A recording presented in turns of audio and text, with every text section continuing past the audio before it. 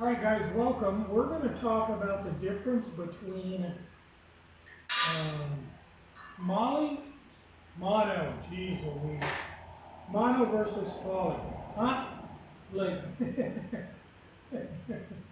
versus as in who's going to win a death match.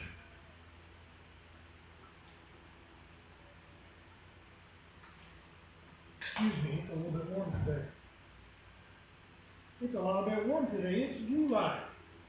We're not going to, not mono versus poly in the octagon, in the ring. Just the differences. There was a gal here day before yesterday, and I asked her, I was interviewing her, and I just asking her a couple of simple questions, and quite frankly, she had a little booty, she had some lips, and so I was a little bit excited, hoping to find some life. But I asked her, do you use some of the street drugs? And she looked down a little bit, but she said, Stephen, all ladies like drugs. And of course, that's not the case, but that's very much the case for poly. The people living in first death, they don't see this as a deviation from humanity. For every human being, whatever your experience is, you consider that to be everybody else's experience. We only have one set of eyes. And so we're always assuming that everybody is seeing life the same way that we are. Excuse me.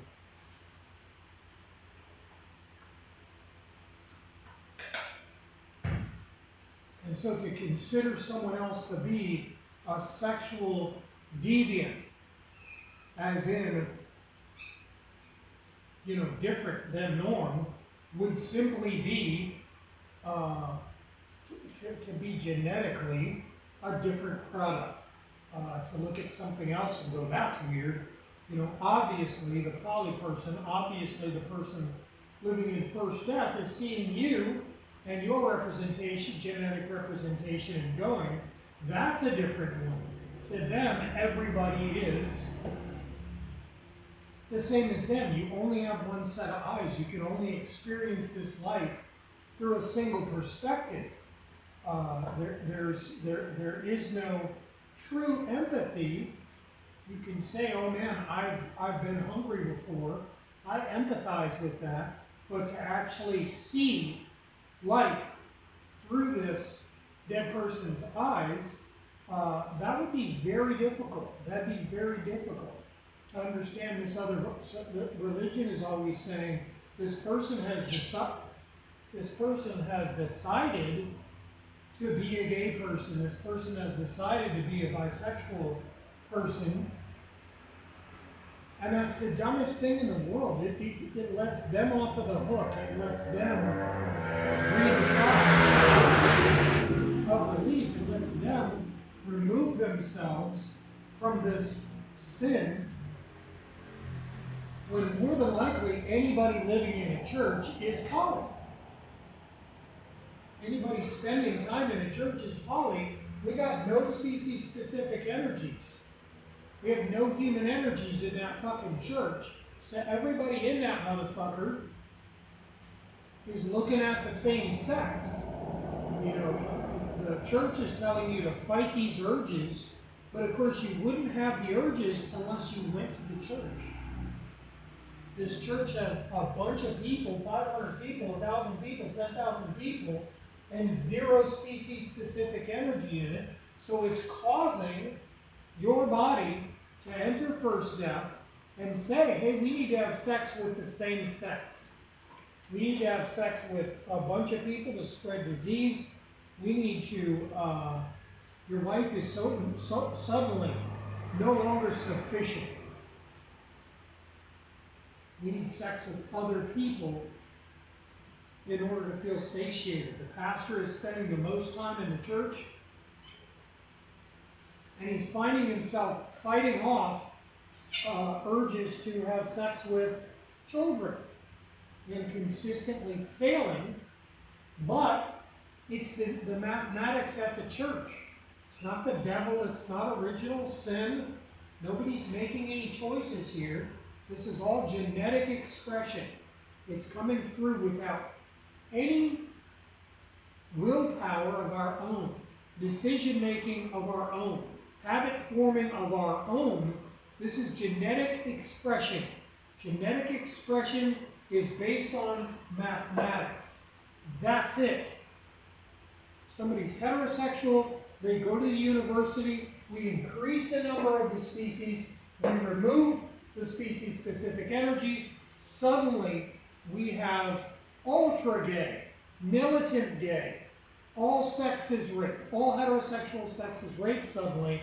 4 years later, this person goes back home, we take down the barrier, we have very few of the species, we probably have at least a bunch of grass, we probably have a handful of plants that have some kind of human food in them, but more than anything, we've reduced the number of the species greatly. And all of a sudden, you've got 2-3 people in a great big house, and all of a sudden, this person is going, man, I don't know what I was thinking. The opposite sex is great again. I don't know what that was about. But of course, when they're in that university, they're thinking, boy, I guess I was always gay. You can't experience life through yesterday's eyes or tomorrow's eyes. Today, that right hemisphere is saying, you're gay, you must have always been gay.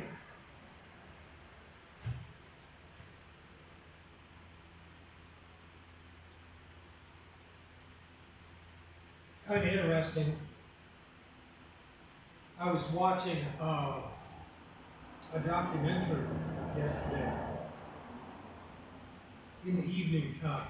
That's how nerds relax, by the way.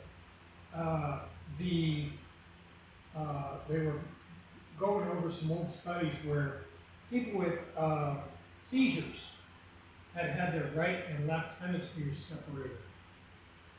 And you're the left hemisphere.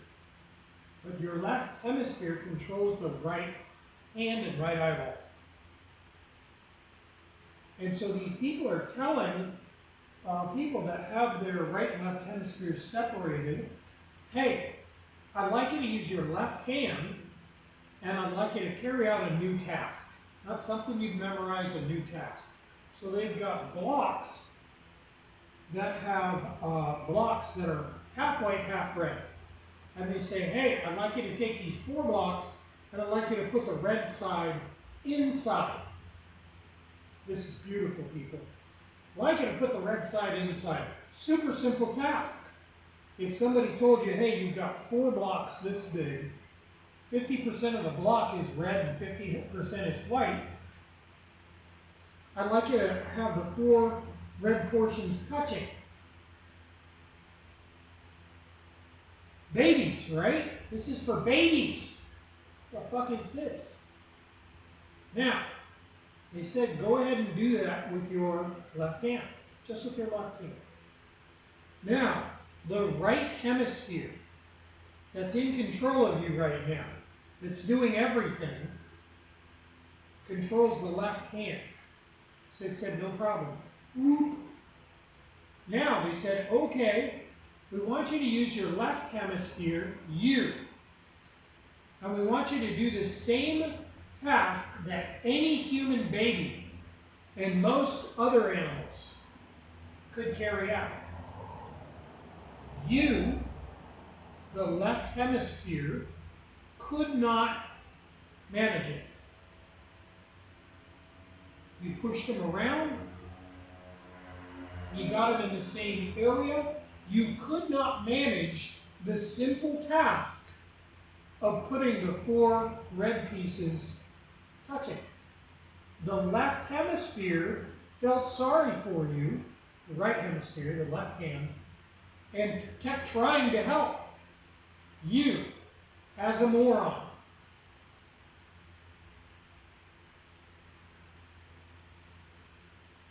And they said, hey, I want you to sit on that left hand. I want you to carry out this task, with the right hand, which is the left hemisphere, which for every human being on the planet, that's you. These are exceptional people that were interviewed that cannot do this simple task. That's how easy you're manipulated. You can't even do that one simple task. That right hemisphere, that little voice inside of your head that you think is this minuscule part of you, is everything. Everything. And this little tiny tip of a pin that you consider to be you, that has a favorite color and a favorite number, favorite fucking shirt. It's nothing. It's nothing. The things that you're considering to be this weird little nudge. I got this weird little tiny voice inside of my head. What's that shit about? Why does it keep telling me exercise is hard when I want to exercise? Moreover, why is it winning? If it's this little tiny voice, why is it winning?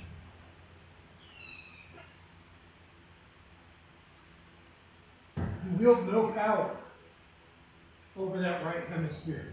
Your portion, your ideas inside of your body are this big. All of the ideas are coming from mathematics. We interviewed 25 years ago. We interviewed a bunch of inmates, male inmates. Well, we interviewed both, but I'm going to talk about male inmates right now. The guys that were 30 were saying, hey, I've never had a homosexual thought in my life. Not even wasted. There's no hint of a gay experience.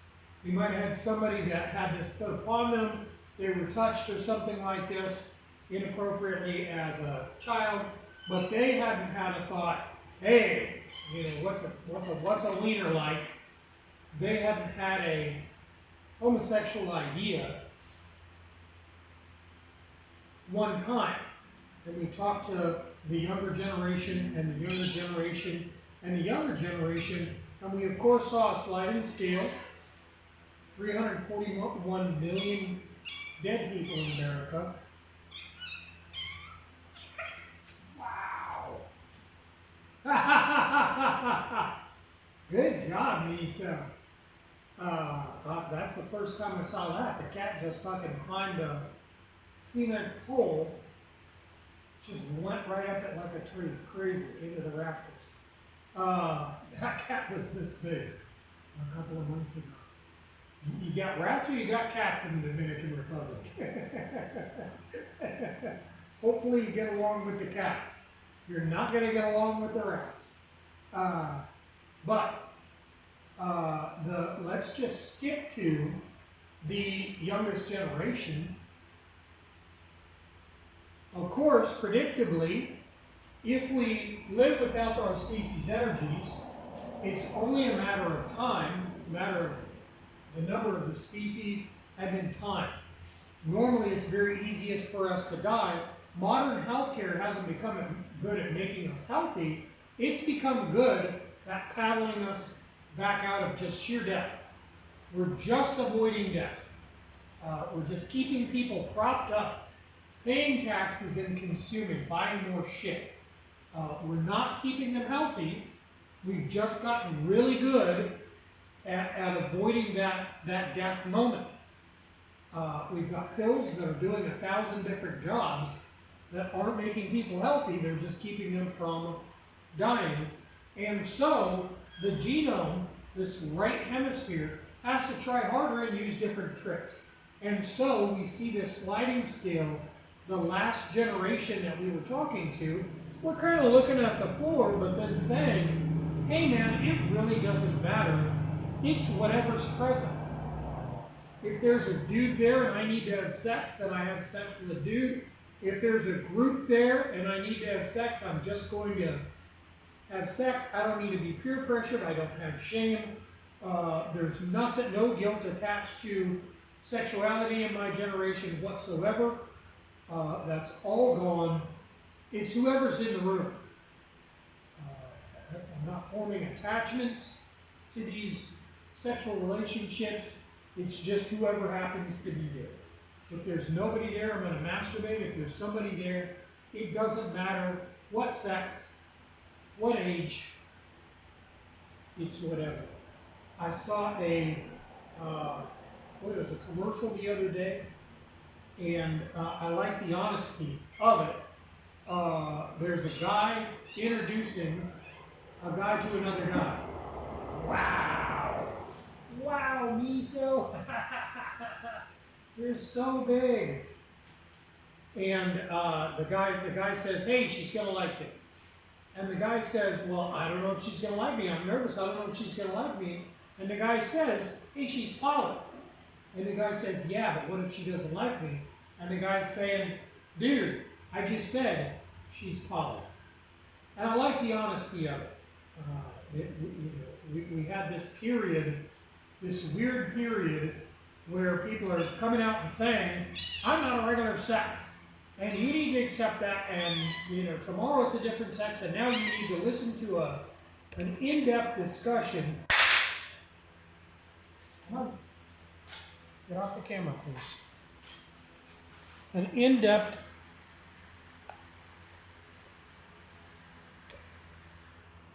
Hey, come on. Down. An in-depth discussion about my new sexuality. Here's what it is today. And I feel a lot of compassion for those people. If your sex stops satiating, then suddenly communication about your sex becomes part of the sexual act. Normally, you go into this situation, you're full of sexual microorganisms that cause satiation when you're done. Your genetic programming is set to feel satiated, and so you go in, you have heterosexual sex, and you're done. Like, oh man, that was amazing. I'm going to be thinking about this for the next half hour or a week. That was amazing. And now I got to go do some other shit. Where poly is going to not feel satiated, and so they're immediately going to be trying to find somebody else to, find sex with. But we're going to rub things raw, or we currently don't have another person. We got to go 15 minutes without having sex with a different, partner or person, and so the expression, talking about it, telling people about it, suddenly becomes this extreme urge. You need to hear about it. You need to hear specifics about it. Here's my homosexual or multi-sexual experience. I need to tell you about it, and you need to accept it. There's this feeling that people are holding you back. And those people are going, nobody cares. I don't particularly want to hear the specifics, but nobody's holding you back. Quite frankly, there's more rights for you. There's more opportunities for you. There's, nobody's mad at gay people. It's a very, very long time ago. However, if you found heterosexuality offensive, you certainly wouldn't want to sit down and hear somebody telling you exactly about the mechanics. That'd be awkward. But I certainly get it if your sex isn't satiating.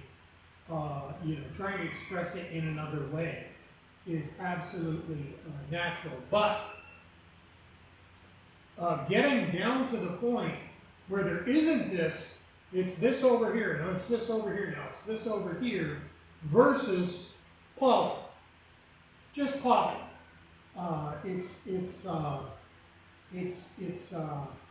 I'm glad that we've gotten to that point. It makes it a lot easier to diagnose. If we were saying, hey, here's this sexuality, and this sexuality, and this sexuality, it would seem very complex. And now it's extremely simple to describe poly. Most of America, it's 341 million people living in First Death. So the quotations mark heterosexual almost have a harder time than the polygamous people that are being honest, because this genome, in this mathematical situation, the genome has the same job. And so if you're living with somebody with whom you could procreate with, now you just have to have all these fights. There has to be this constant rhetoric, this constant storyline that's keeping you from making a child or keeping you from making a child that does not have deformity. And so it's almost a lot simpler and more honest of an expression to just go, hey, I'm living in America, nobody's living with their species energies, we're poly, spending time around the same sex or whatever,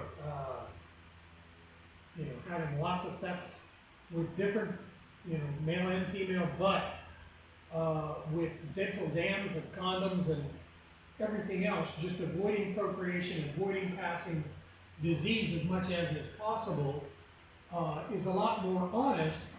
These heterosexual couples that are breaking up with somebody 15 times a year and going, man, I don't know how those 15 relationships didn't work. I don't know how 15 people are doing the exact same thing that's getting on my nerves. That's a lot of work. That's a lot of police involvement. That's a lot of court time. That's a lot of bullshit. That's a lot of counseling versus somebody just going, hey, I don't make kids. That's the thing I do. I just don't make kids. I have sex that doesn't cause children. Is a lot simpler. The heterosexual people are just banging their heads against the wall,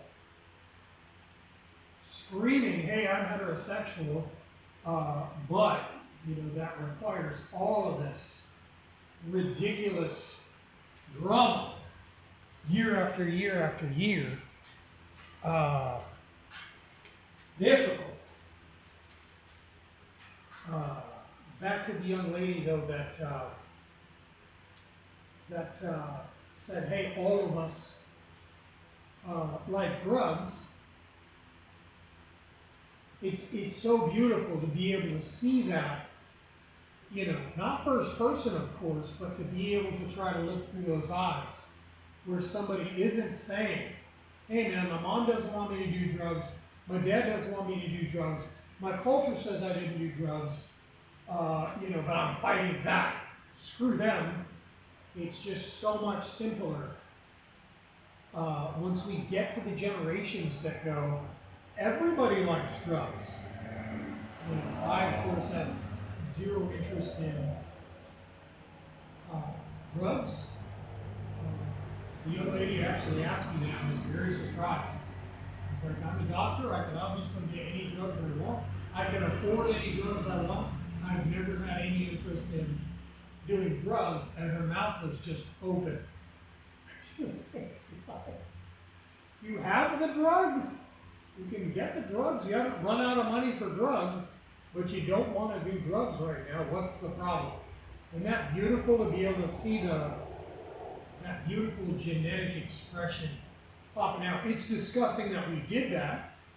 It's disgusting that religion has done that to this young lady, that's caused this lifestyle that 5 generations later is normalized, polygamous behavior and drug use.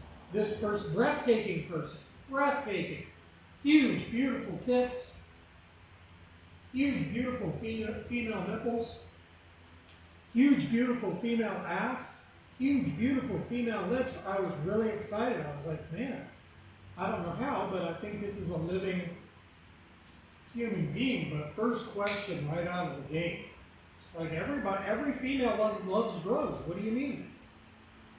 Well, not all female if you go up into if you go to the city, every female is saying the exact same thing. I don't know what you're talking about. Every female loves drugs.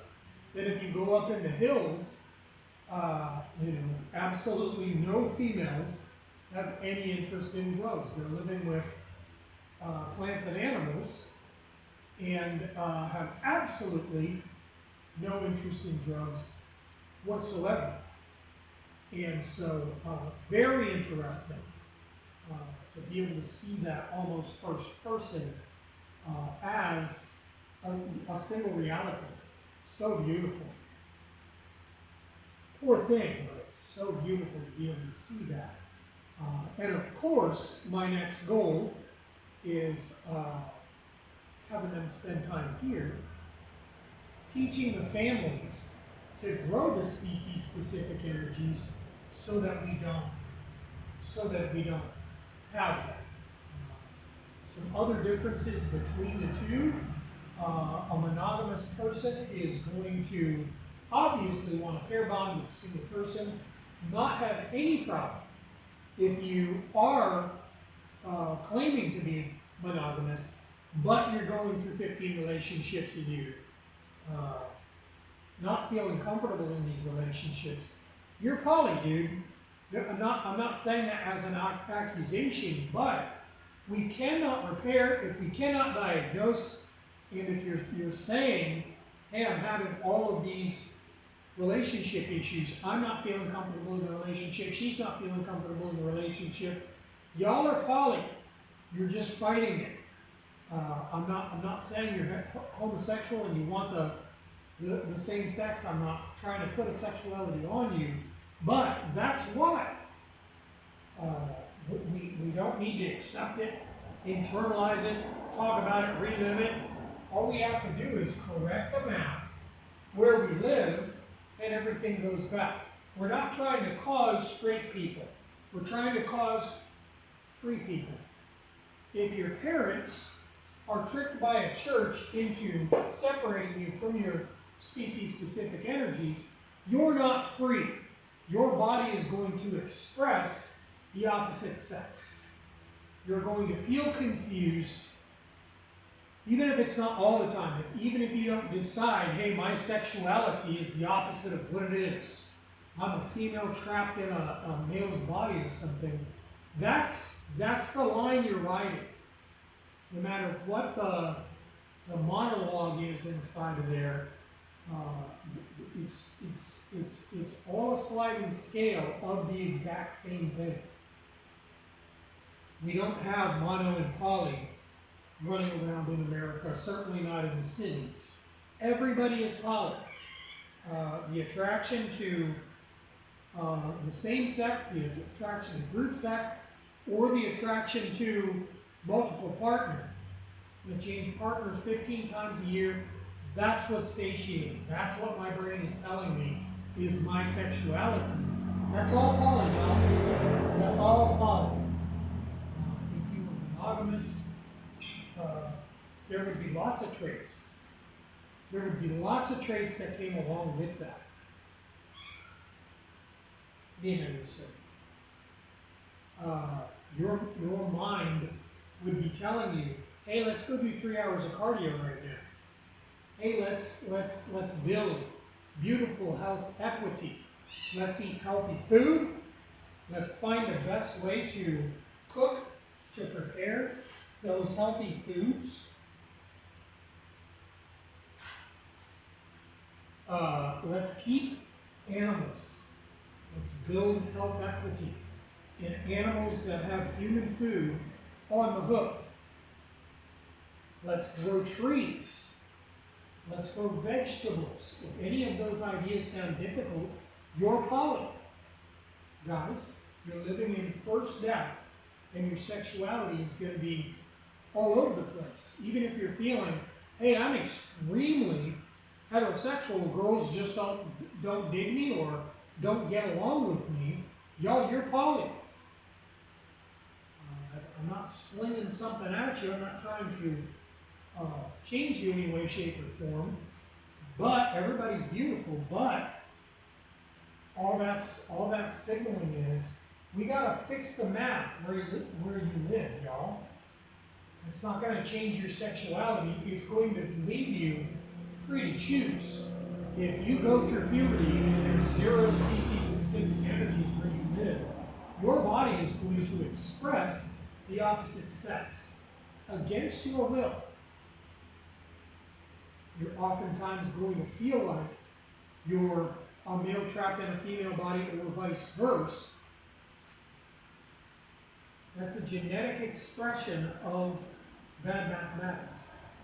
We don't want gay people, we don't want heterosexual people, we want free people that can choose.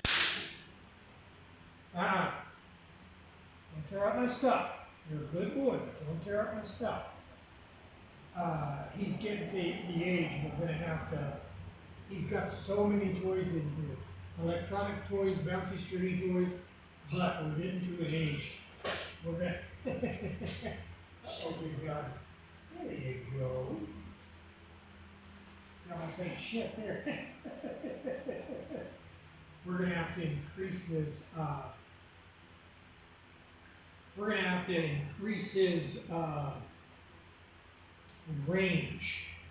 But all we want to do is increase the math, repair the math, so that we have truly free people that can choose whatever they like, whatever sex they like, whatever lifestyle they like. You shouldn't be saying, hey, I want to exercise, and your right hemisphere is saying, hey, exercise is horrible, exercise is difficult. You shouldn't be saying, hey, I want to eat healthy, and have the other half saying, that's difficult, treat yourself, these girls are mistreating you, today eat ice cream. When you finally get that relationship, then you're going to make these healthy decisions. What?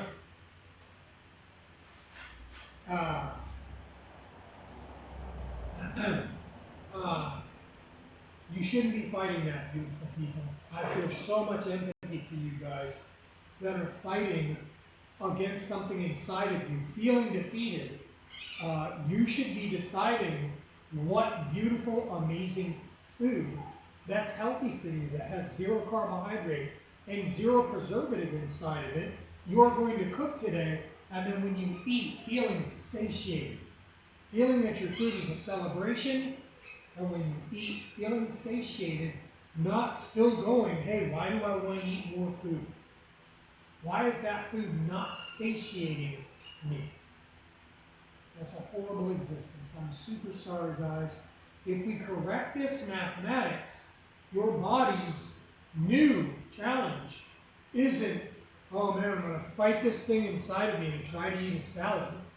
It's going to be what amazing health food. Steak is healthy.